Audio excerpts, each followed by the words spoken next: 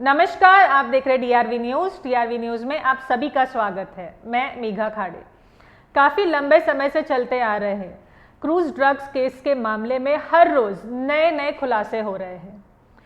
हाल ही में देवेंद्र फडणवीस और नवाब मलिक के आरोप प्रत्यारोप में अब एक नया नाम जुड़ गया है। आइए जानते हैं कौन है ये नया शख्स, कौन है ये रियाज भाटी। हम आपसे पूछना चाहते हैं कि रियाज भाटी कौन है? रियाज भाटी लगातार आपके साथ सभी कार्यक्रमों में क्यों नजर आता था? रियाज भाटी भारतीय जनता पार्टी के कार्यक्रमों में क्यों नजर आता था? आपके डिनर टेबल पे क्यों नजर आता था?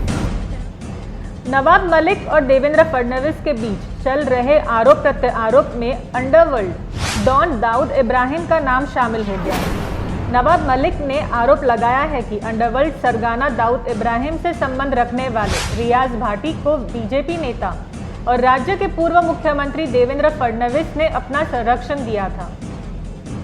एक तरफ नेशनलिस्ट कांग्रेस पार्टी ने बीजेपी के वरिष्ठ नेताओं के साथ रियाज भाटी की तस्वीरें जारी की हैं, तो दूसरी ओर बीजेपी ने मुख्यमंत्री उद्धव ठाकरे, शरद पवार और महाविकास आघाड़ी के नेताओं के साथ रियाज भाटी की तस्वीरें साझी की हैं। ऐसे में सवाल यही है, सत्ता और विपक्ष दोनों तरफ के लोगों के साथ रिश्ते रखने वाले रियाज भाटी का वाकई में दाऊद इब्राहिम से कोई लेना देना है? इससे भी दिलचस्प सवाल ये है कि इतने हाई प्रोफाइल लोगों तक पहुंच रखने वाले रियाज भाटी आखिरकार है कौन? भाटी पर अंडरवर्ल्ड से जुड़े होने के आरोप पिछले कई साल से लग रहे हैं, पर बहुत कम केसों में उस पर मोकोका जैसा कानून लगाया गया, जो अमूमन अंडरवर्ल्ड से जुड़े आरोपियों पर लगता है। इसी से स्पष्ट है कि उसने किस तरह पुलिस में कुछ बड़े अधिकारियों को मैनेज किया या पुलिस को मैनेज करने के लिए बड़े राजनेताओं को मैनेज किया। उस पर डी कंपनी का आदमी होने का आरोप लगा है। डी कंपनी का मतलब है दाऊद इब्राहिम का गैंग। लेकिन जब पूर्व एनकाउंटर स्पेशलिस्ट प्रदीप शर्मा और दया नायक अंधेरी सीआईयू में थे, तब उसे इन दोनों अधिकारियों ने छोटा राजन गैंग से जुड़ी किसी मर्डर की साजिश में गिरफ्तार किया था। मुंबई पुलिस क्राइम ब्रांच के रिटायर्ड ऑफिसर विनायक सावड़े कहते हैं, रियाज भाटी छोटा राजन के गैंग में था, लेकिन उसके साथ रहने के बाद उसने छोटा शकील के लिए काम करना शुरू कर दिया। उन्होंने ये भी बताया, रियाज भाटी पर जमीन हथियाने, रंगदारी वसूलने और फायरिंग के आरोप है। मुंबई पुलिस के कई पूर्व अधिकारियों के मुताबिक रियाज भाटी शार्प शूटर का काम नहीं करते, बल्कि वह लोगों को धमकाकर रंगदारी वसूलने का काम करते हैं। वैसे दिलचस्प ये है कि रियाज भाटी का मुंबई की राजनीति, खेल और भवन निर्माण के कारोबार में दखल रहा है। अंधेरी ओशिवारा के पश्चिमी उपनगरों में भी एक बिल्डर के रूप में जाने जाते हैं।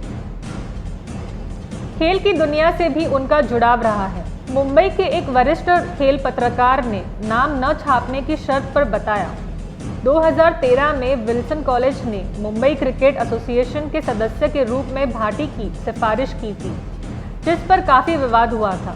इसका विरोध मुंबई क्रिकेट एसोसिएशन और बीसीसीआई के पूर्व अधिकारी प्रोफेसर रत्नाकर शेट्टी ने किया था।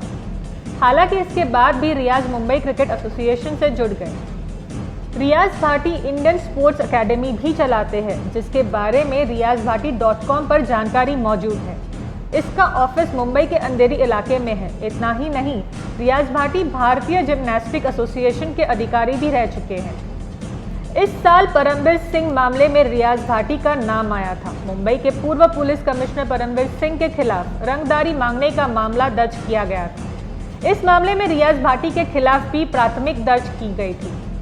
मुंबई क्राइम ब्रांच ने फिरौती मामले में पूछताछ के लिए रियाज भाटी को तलब किया था, लेकिन भाटी पूछताछ में शामिल हुए बिना ही फरार हो गए। रियाज भाटी ने जमानत के लिए अर्जी जरूर दी थी, लेकिन कोर्ट ने उनकी अर्जी खारिज कर दी थी। इन दिनों मुंबई पुलिस उनकी तलाश में जुटी है।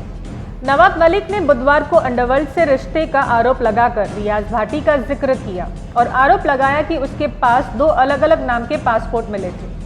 फिर भी उसे 2 दिन के बाद जमानत पर छोड़ दिया गया। नवाब मलिक पासपोर्ट से जुड़े जिस केस का जिक्र कर रहे थे, वह 6 साल पहले का है। हाँ, रियाज भाटी तब 2 नहीं बल्कि 5 दिन पुलिस कस्टडी में रहा था। उसे 29 अक्टूबर 2015 को गिरफ्तार किया गया था और उसे तब 2 नवंबर तक पुलिस कस्टडी में ली थी। लगभग 1.5 महीने से चलते आ रहे हैं क्रूज ड्रग्स का मामला थमने का नाम नहीं ले रहा है और इसमें आरोप प्रत्यारोप के सिलसिले जारी हैं। यह जांच का विषय है। डीआरवी न्यूज़ में बस अभी के लिए इतना ही। डीआरवी न्यूज़ चैनल को सब्सक्राइब कीजिए, इस पे कमेंट, इसे लाइक और शेयर करना बिल्कुल ना भूलिए। मुझे और मेरी पूरी टीम को दीजिए इजाज़त। धन्यवाद।